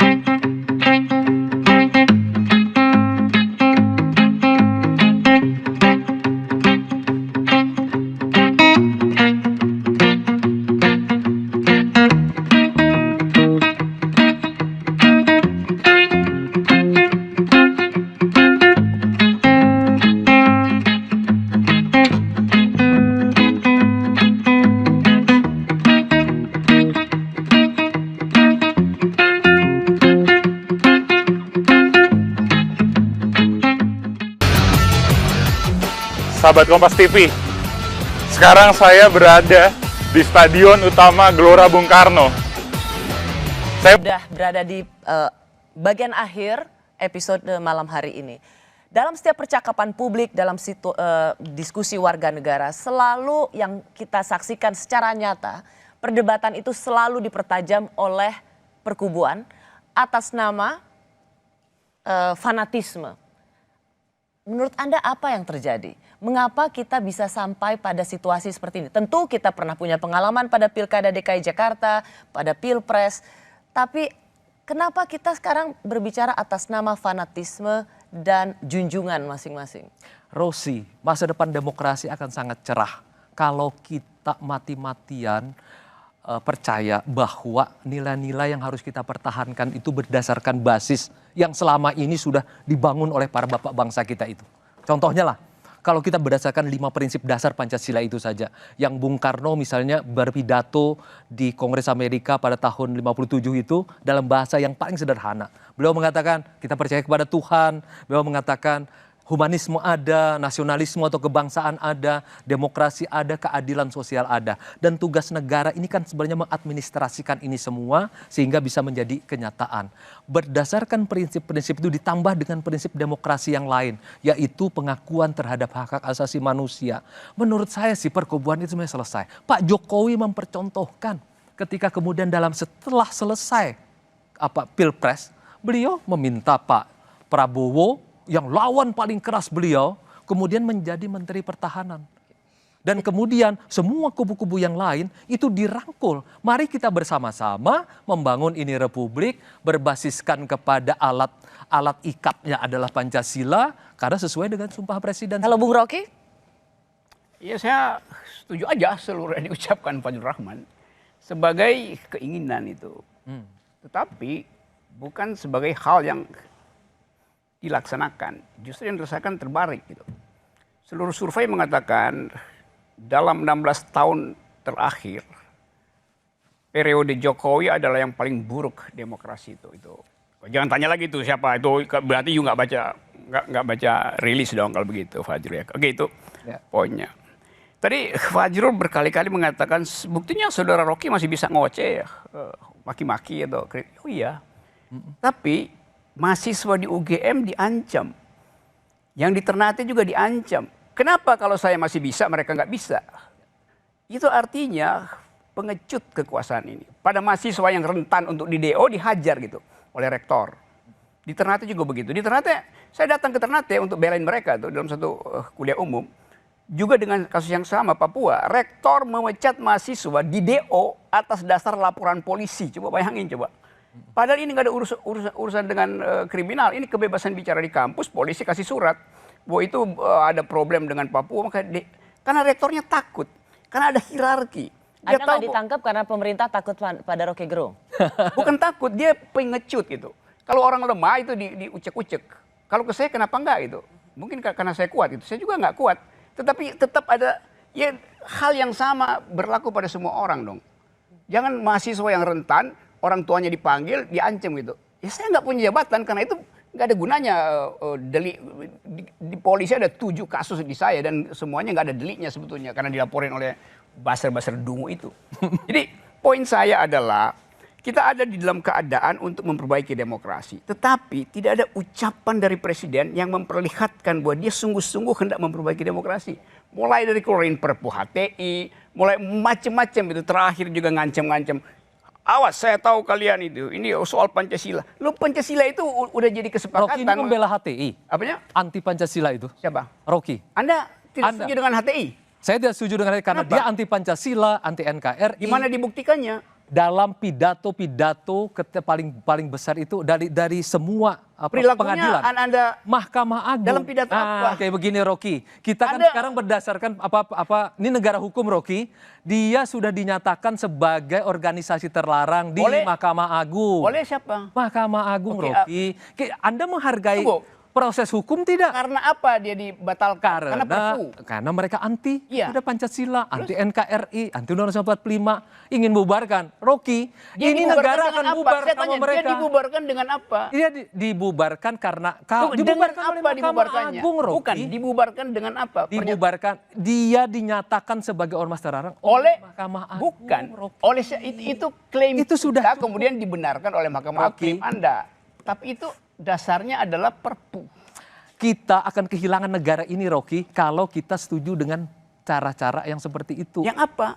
Rocky, kita pernah bersama-sama membela demokrasi. Bukan soal demokrasi, soal Anda. Anda tegas bersama dengan saya. Jelas. Siapa yang anti demokrasi itu akan menjadi lawan kita. Tegas kan tahun 80-an.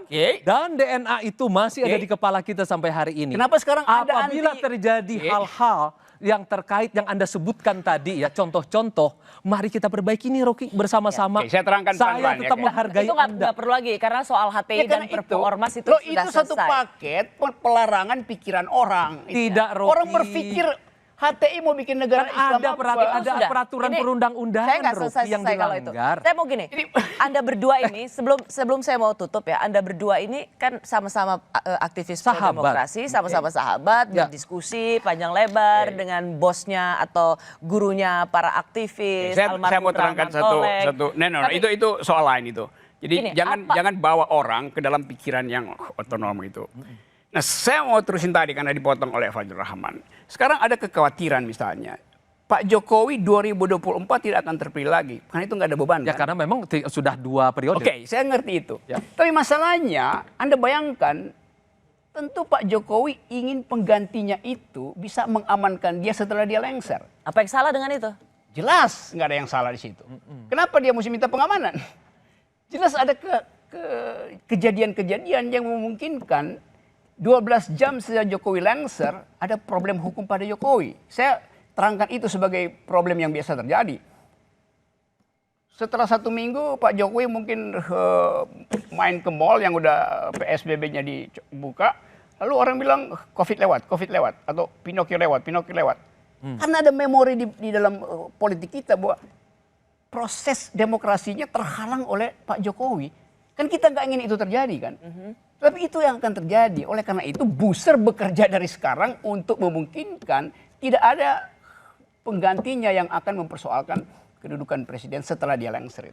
Jadi satu paket demokrasi yang kita inginkan agar supaya Saudara Fajrul sebagai juru bicara ajari juga teman-teman Anda di istana tentang value dari demokrasi. Bukan ajari Booster untuk membuli nilai-nilai demokrasi. Betul. Berarti prinsip demokrasi kami bela bersama-sama. Siapapun yang membela prinsip demokrasi akan bersama-sama dengan barisan ini. Yang kedua, Rocky, pengambilan kesimpulan yang melompat-lompat tanpa data dan fakta. Dan akhirnya melayang-layang, hanya menjadi dugaan-dugaan. Dan saya sekali lagi sebagai sahabat mengingatkan saja. Tetap kritis, Rocky, tetap kritis. Tetapi jangan membuat pernyataan-pernyataan yang membuat Anda nanti dikategorikan fitnah, pencemaran nama baik. Dari tadi, dari A sampai Z, dari menit pertama sampai ke belakang, yang saya terangkan itu semuanya ada di media massa. itu berarti keterangan saya tadi bukan untuk menghalangi Saya Anda sebagai bicara, sahabat tapi Rocky. menghalangi Anda untuk tidak. Nggak usah diingetin. Sahabat dalam Gini, demokrasi.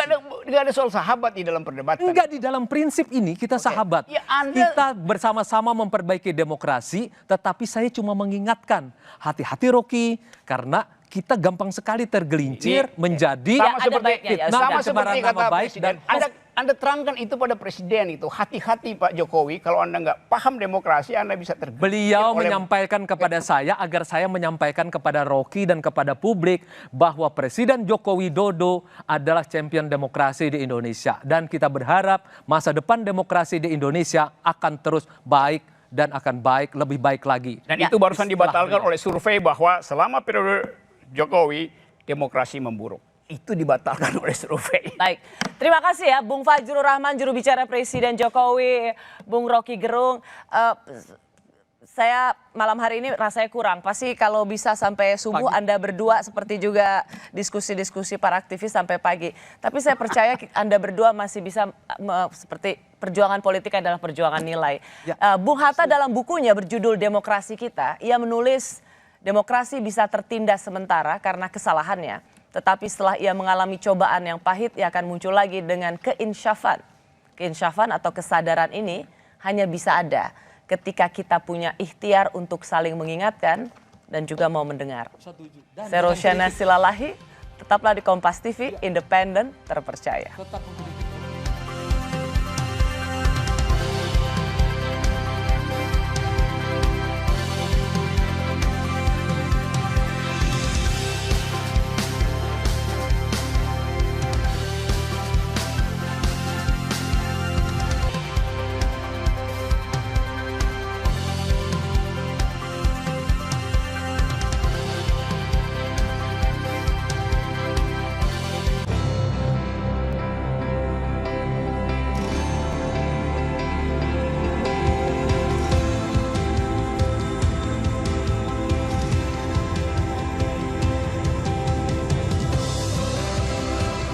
Kompas TV, independen,